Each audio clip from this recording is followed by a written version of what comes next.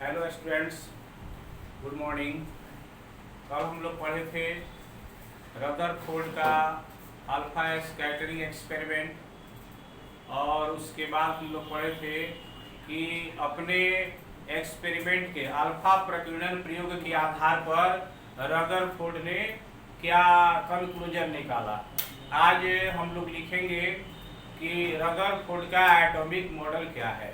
अगर क्वेश्चन पूछेगा कि रदरफोर्ड के एटॉमिक मॉडल को समझाएं तो आइए उसका आंसर हम दे रहे हैं या लिख रहे हैं, नोट कीजिए आप लोग।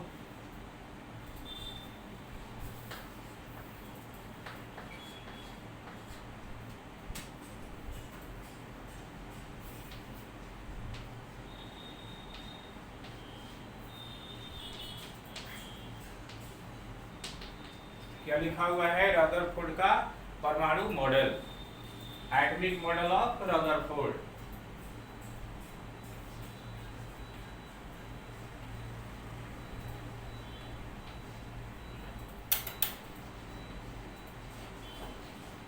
एटॉमिक मॉडल ऑफ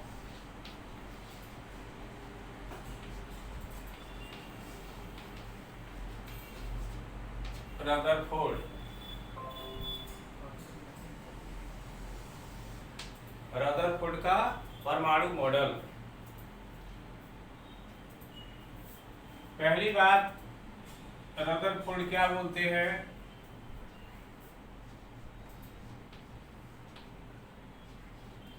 परमाणु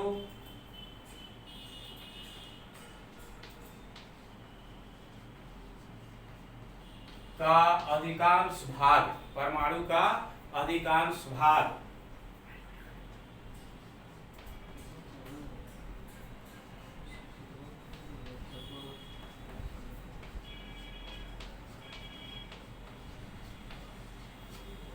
खाली होता है। पहला हो गया, परमाणु का अधिकांश भाग खाली होता है। दूसरा पॉइंट है,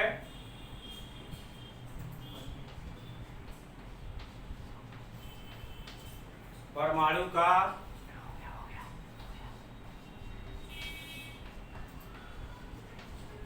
पूरा द्रव्यमान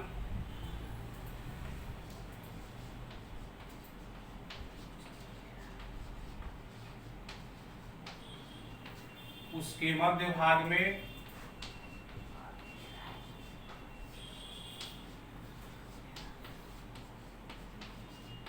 स्थित होता है। दूसरा पॉइंट है कि परमाणु का पूरा द्रव्यमान, समूचा द्रव्यमान कहाँ होता है? तो उसके मध्य भाग में स्थित होता है। ये बात कल भी हुई थी। और इस मध्य भाग को क्या बोलते हैं? इस मध्य भाग को कहा जाता है नाभिक यानी केंद्रक, और अंग्रेजी में इसको बोलते हैं न्यूक्लियस। देखिए, इस मध्य भाग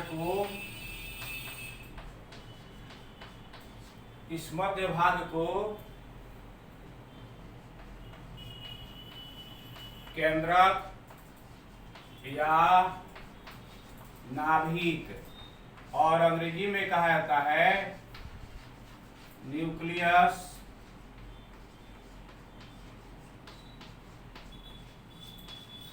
कहा जाता है। इस मध्य भाग को क्या कहते हैं बाबू? इस मध्य भाग को कहते हैं केंद्रक या नाभिक, अंग्रेजी में क्या बोलते हैं? न्यूक्लियस कहा जाता है। 3 नंबर में है कि नाभिक में कौन कौन से कण बताए थे? तो नाभिक में प्रोटॉन रहते हैं और न्यूट्रॉन रहते हैं। नाभिक में प्रोटॉन और न्यूट्रॉन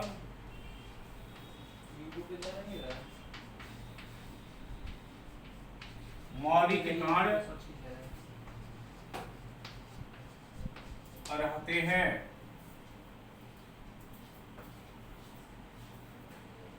नाभिक का जो नाभिक जो है वह धनाविष्ट होता है। नाभिक धनाविष्ट होता है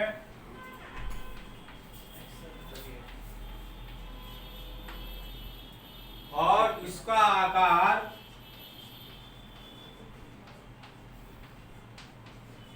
आकार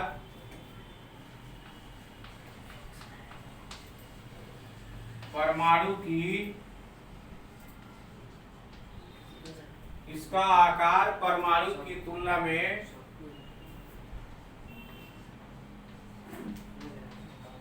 काफी छोटा होता है। देखिए नाभिक का आकार हम यहां लिख रहे हैं। नाभिक का आकार हो गया आपको 10 का पावर -13 सेंटीमीटर। नाभिक का आकार होता है 10 का पावर -13 सेंटीमीटर, जबकि परमाणु का आकार होता है 10 का पावर -8 सेंटीमीटर। देखिए नाभिक का आकार होता है 10 का पावर -13 सेंटीमीटर और परमाणु का आकार इससे बड़ा हो गया 10 का पावर -8 सेंटीमीटर होता है। फिर वे क्या कहते हैं कि इलेक्ट्रॉन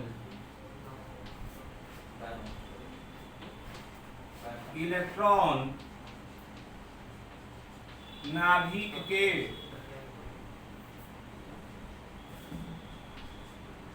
चारों ओर विभिन्न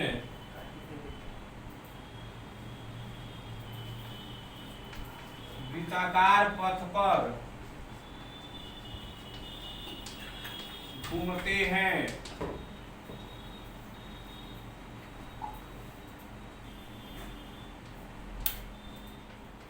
इन पथों को सेल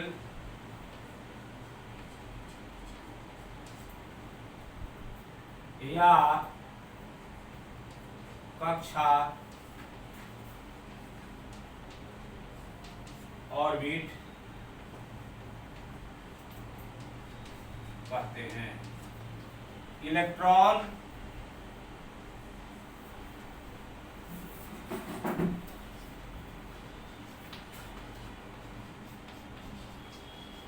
नाभिक के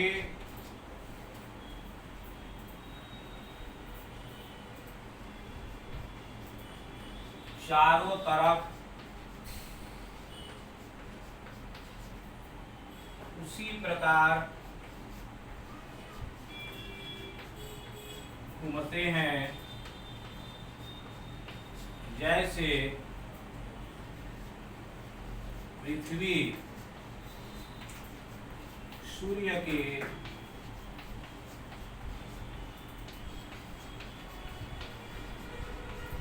चारों तरफ घूमती है।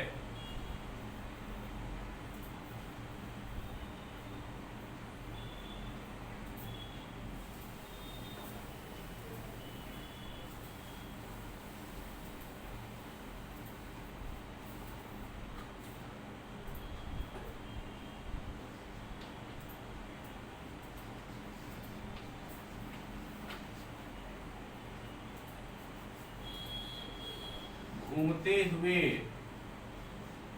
इलेक्ट्रॉन पर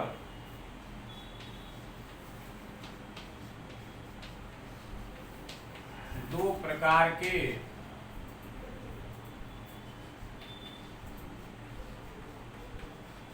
बल कार्य करते हैं। एक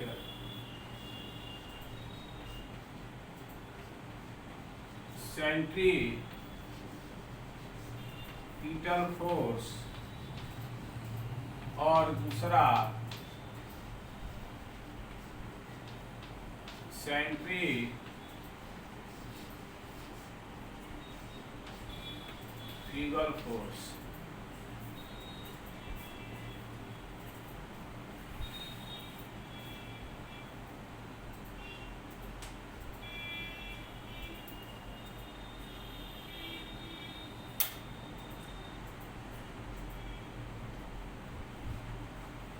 इसका आप लोग स्क्रीनशॉट ले लीजिए, इसका आप लोग स्क्रीनशॉट ले लीजिए ताकि हम एक एक पॉइंट को फिर आपको समझा सकें। ठीक है, देखिए पहला पॉइंट क्या है, रदरफोर्ड का जो परमाणु मॉडल है उसका पहला पॉइंट है कि परमाणु का अधिकांश भाग खाली होता है। जब एक्सपेरिमेंट की बात हो रही थी और उसके निष्कर्ष में लिखवाए थे कि परमाणु का अधिकांश भाग खाली होता है, कैसे पता चला? क्योंकि अधिकांश अल्फा किरणें बिना किसी बाधा के सोने के पत्थर को पार कर गई। इस आधार पर यह निष्कर्ष निकाला गया और उसको रदरफोर्ड ने अपने परमाणु मॉडल में पहला पॉइंट दिया कि परमाणु का अधिकांश भाग क्या होता है? खाली होता है। अब परमाणु का जो अधिकांश भाग खाली है तो परमाणु में द्रव्यमान होता है ना, तो आखिर द्रव्यमान होता कहाँ है, रहता कहाँ है? तो उन्होंने पाया, निष्कर्ष निकाला कि परमाणु का पूरा द्रव्यमान कहाँ होता है? उसके मध्य भाग में स्थित होता है। इसकी चर्चा पहले भी हो चुकी है कि परमाणु का पूरा द्रव्यमान उसके मध्य भाग में स्थित होता है। और इस मध्य भाग को क्या बोलते हैं? इस मध्य भाग को केंद्रक बोलते हैं या नाभिक बोलते हैं, और अंग्रेजी में कहा जाता है न्यूक्लियस। इस मध्य भाग को, जो मध्य में भाग है, उसको नाभिक बोलते हैं या केंद्रक बोलते हैं, और उसको अंग्रेजी में कहा जाता है न्यूक्लियस। अब नाभिक में कौन कौन से कण रहते हैं? तो नाभिक में प्रोटॉन और न्यूट्रॉन मौलिक कण, 3 मौलिक कण बताए थे, प्रोटॉन, इलेक्ट्रॉन और न्यूट्रॉन। तो न्यूट्रॉन और प्रोटॉन जो मौलिक कण हैं, ये कहाँ रहते हैं? ये रहते हैं नाभिक में। और प्रोटॉन के चलते, प्रोटॉन, चूंकि ये न्यूट्रॉन तो उदासीन कण है, तो प्रोटॉन के चलते नाभिक कैसा होता है? धनाविष्ट होता है। याद रखना है कि नाभिक क्या होता है? धनाविष्ट होता है। और नाभिक का जो आकार होता है, नाभिक का जो साइज होता है, नाभिक का आकार जो है वह परमाणु की तुलना में काफी छोटा होता है। नाभिक का देखिए आकार कहने का मतलब रेडियस यानी त्रिज्या। जब हम कहते हैं नाभिक का आकार तो आप लोग समझिएगा नाभिक की त्रिज्या। तो नाभिक का आकार यानी त्रिज्या कितनी होती है? 10 का पावर माइनस 13 सेंटीमीटर। जबकि आपको परमाणु की त्रिज्या यानी परमाणु का आकार कितना होता है? 10 का पावर माइनस 8 सेंटीमीटर। देखिए परमाणु के आकार से बहुत छोटा आकार है किसका? न्यूक्लियस का। अब प्रोटॉन और इलेक्ट्रॉन, तो प्रोटॉन और न्यूट्रॉन तो हो गए नाभिक में, तो फिर इलेक्ट्रॉन कहाँ रहते हैं? तो इलेक्ट्रॉन जो है वे नाभिक के चारों ओर विभिन्न वृत्ताकार पथ पर घूमते रहते हैं, चक्कर लगाते रहते हैं। किस प्रकार चक्कर लगाते हैं? जैसे पृथ्वी सूर्य के चारों तरफ घूमती है। ठीक है, और इन पथों को क्या कहते हैं? जिस वृत्ताकार पथ पर घूमते हैं उस वृत्ताकार पथ को क्या बोलते हैं? शेल बोलते हैं या कक्षा बोलते हैं। ठीक है, और आपका यहाँ 5वां पॉइंट क्या है कि घूमते हुए इलेक्ट्रॉन पर 2 प्रकार के बल कार्य करते हैं, एक सेंट्रीफ्यूगल फोर्स और दूसरा सेंट्रीफ्यूगल फोर्स। और ये दोनों बल जो हैं वे एक दूसरे को संतुलित करते हैं। और ठीक बात, इसमें एक लाइन और आप लोग लिख लीजिए।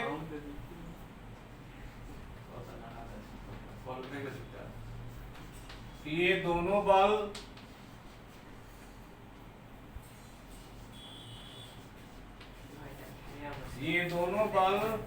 एक दूसरे को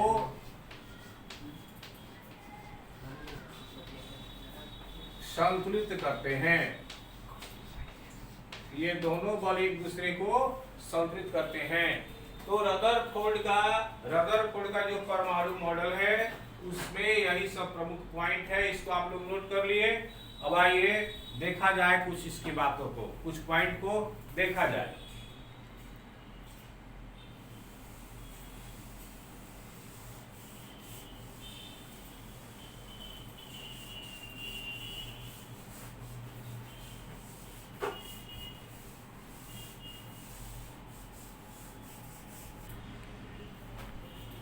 देखिए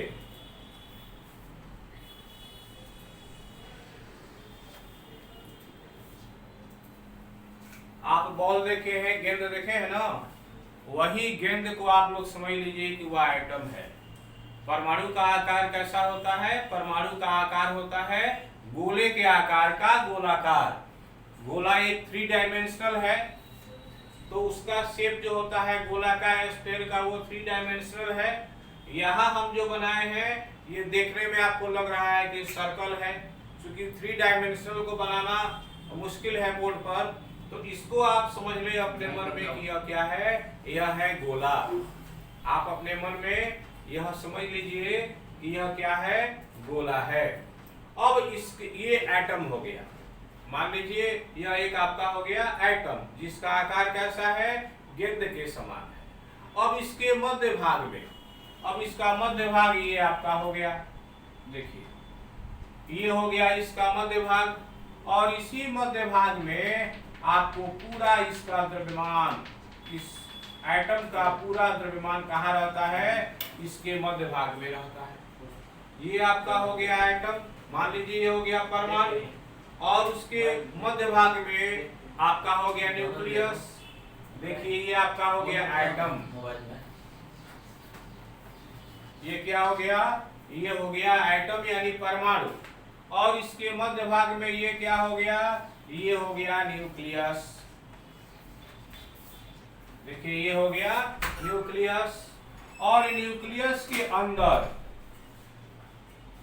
न्यूक्लियस के अंदर देखिए ये मौलिक कण हैं, बहुत सारे मौलिक कण होते हैं, जिसमें एक मौलिक कण होता है न्यूट्रॉन, और एक मौलिक कण होता है प्रोटॉन।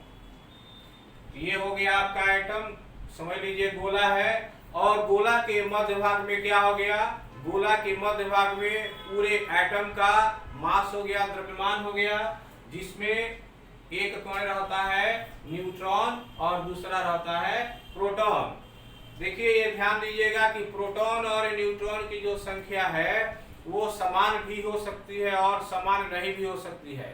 न्यूट्रॉन की संख्या कभी भी प्रोटॉन से अधिक ही होगा या बराबर होगा, न्यूट्रॉन की संख्या प्रोटॉन से कम कभी भी नहीं होती है, बात ध्यान रखिएगा, पहले भी मैं बता चुका हूँ। तो ये हो गया आपका एटम, जो आप अपने मन में समझ लीजिए कि ये गोला है, और उसके मध्य भाग में आपका हो गया उसका पूरा द्रव्यमान, और उस मध्य भाग का नाम क्या हो गया, न्यूक्लियस हो गया।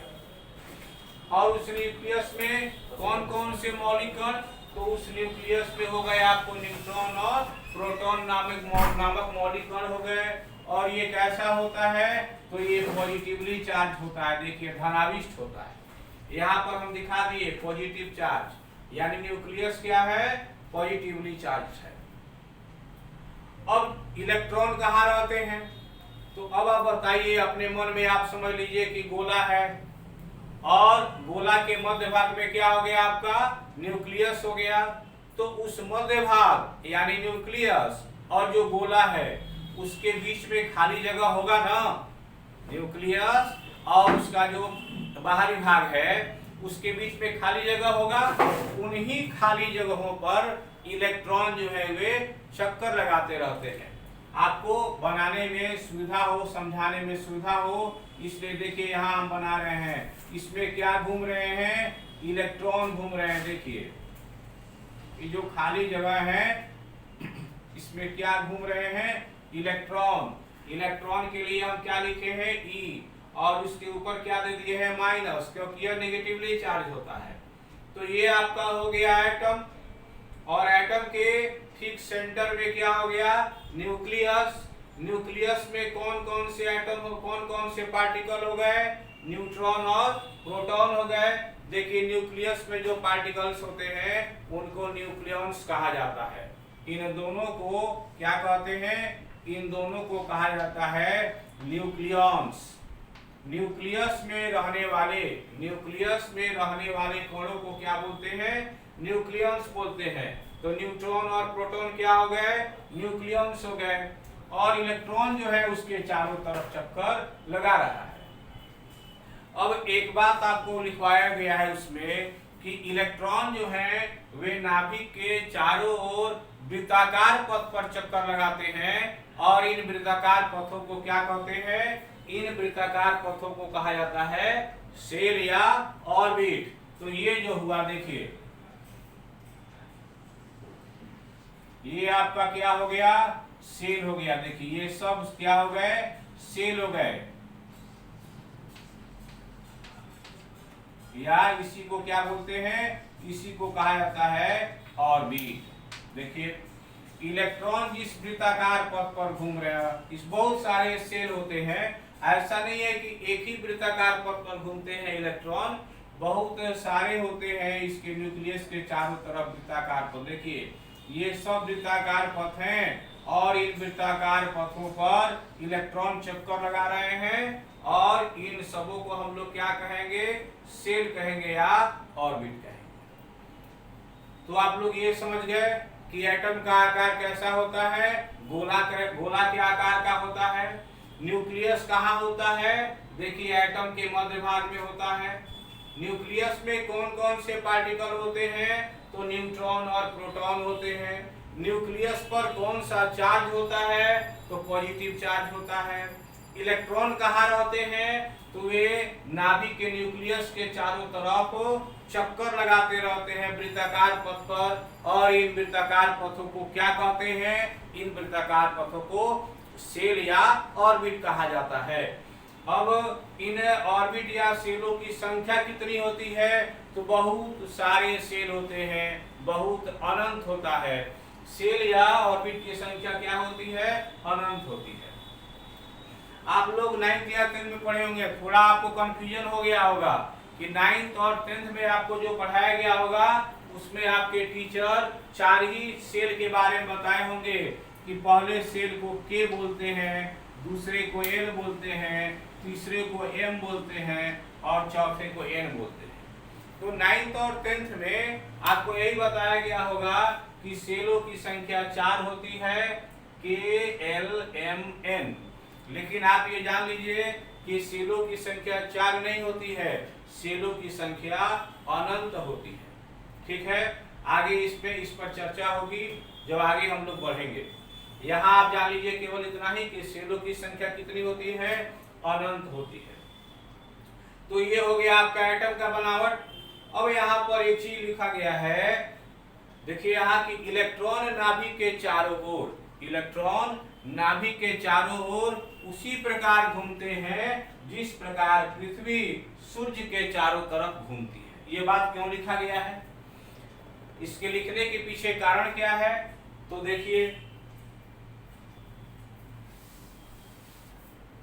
आप लोग केवल यही पढ़े थे कि इलेक्ट्रॉन जो है वह नाभिक के चारों ओर वृत्ताकार पथ पर घूमते हैं, लेकिन यहाँ एक जोड़ा गया है कि कैसे घूमते हैं? जैसे पृथ्वी सूर्य के चारों तरफ घूमती है, यानी ग्रह जो हैं जैसे सूर्य की परिक्रमा करते हैं उसी प्रकार से इलेक्ट्रॉन नाभिक के चारों ओर परिक्रमा करते हैं। ग्रह कैसे परिक्रमा करते हैं? मान लीजिए ये हो गया आपका सूर्य,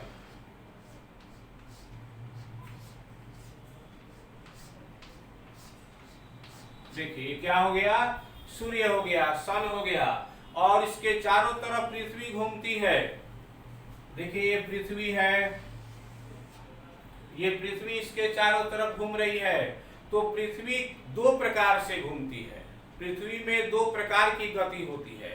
एक तो पृथ्वी अपने अक्ष पर घूमती है, एक वो अपने अक्ष पर घूमती है और अक्ष पर घूमते घूमते वह सूर्य की भी परिक्रमा करती है। यह अपने अक्ष पर भी नाच रही है।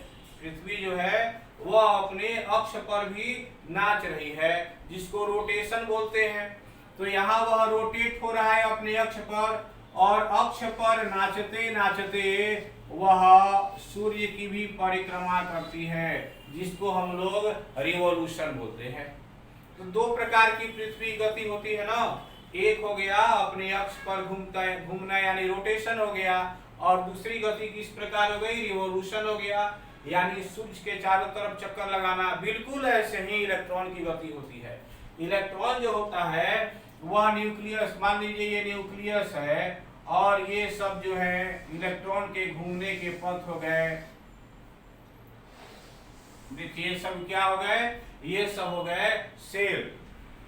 बनाने में या समझाने में सुविधा हो इसलिए आपको ऐसे, एक्चुअली ये हो गया आपका न्यूक्लियस और ये सभी खाली जगहों पर इलेक्ट्रॉन घूमते हैं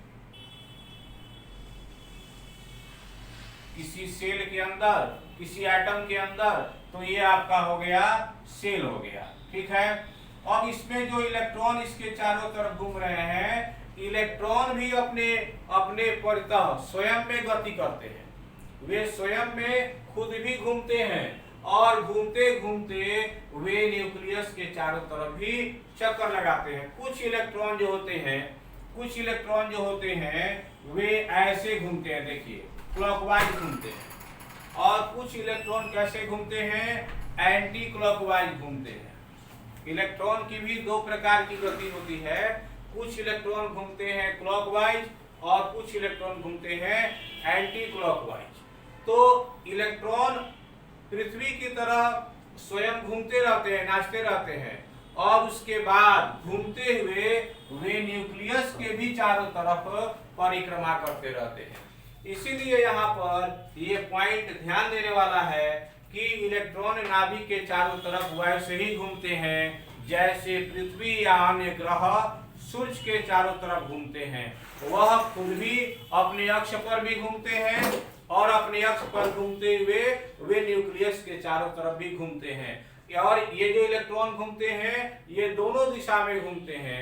कुछ इलेक्ट्रॉन का जो रोटेशन होता है वो क्लॉकवाइज डायरेक्शन में होता है, घड़ी की सुई की दिशा में होता है, और कुछ इलेक्ट्रॉन घूमते हैं घड़ी की सुई के विपरीत दिशा में, यानी एंटी क्लॉकवाइज घूमते हैं। तो यहां तक आप समझ गए?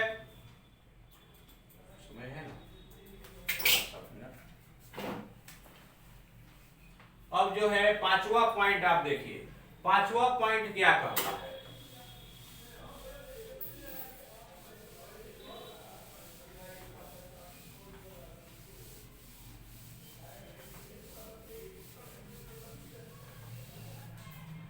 पांचवा पॉइंट यहाँ क्या लिखा हुआ है, पांचवा पॉइंट लिखा हुआ है कि घूमते हुए इलेक्ट्रॉन पर दो प्रकार के बल कार्य करते हैं। एक बल कार्य करता है जिसका नाम क्या है, सेंट्रीपिटल फोर्स, और दूसरा क्या है, सेंट्रीफ्यूगल फोर्स। देखिए ये हो गया आपका एटम, ये हो गया न्यूक्लियस जो पॉजिटिवली चार्ज है, और यहां पर घूम रहा है आपका इलेक्ट्रॉन, यह हो गया इलेक्ट्रॉन। तो अब यहां पर पॉजिटिव चार्ज है, न्यूक्लियस पर कौन चार्ज है, पॉजिटिव चार्ज है, और इलेक्ट्रॉन पर कौन चार्ज है, नेगेटिव चार्ज है। तो आप लोग पढ़े हैं कि अगर समान चार्ज है तो उनके बीच में आकर्षण होगा, अगर असमान चार्ज है तो उनके बीच में विकर्षण होगा। यहाँ देखिए असमान चार्ज है, इलेक्ट्रॉन पर है ऋण आवेश और नाभिक पर है धन आवेश, तो इन दोनों के बीच में एक आकर्षण बल काम करेगा। देखिए यहाँ एक बल काम कर रहा है, न्यूक्लियस जो है वह इलेक्ट्रॉन को अपनी तरफ में अट्रैक्ट कर रहा है, इसी बल का नाम है सेंट्रीपिटल फोर्स।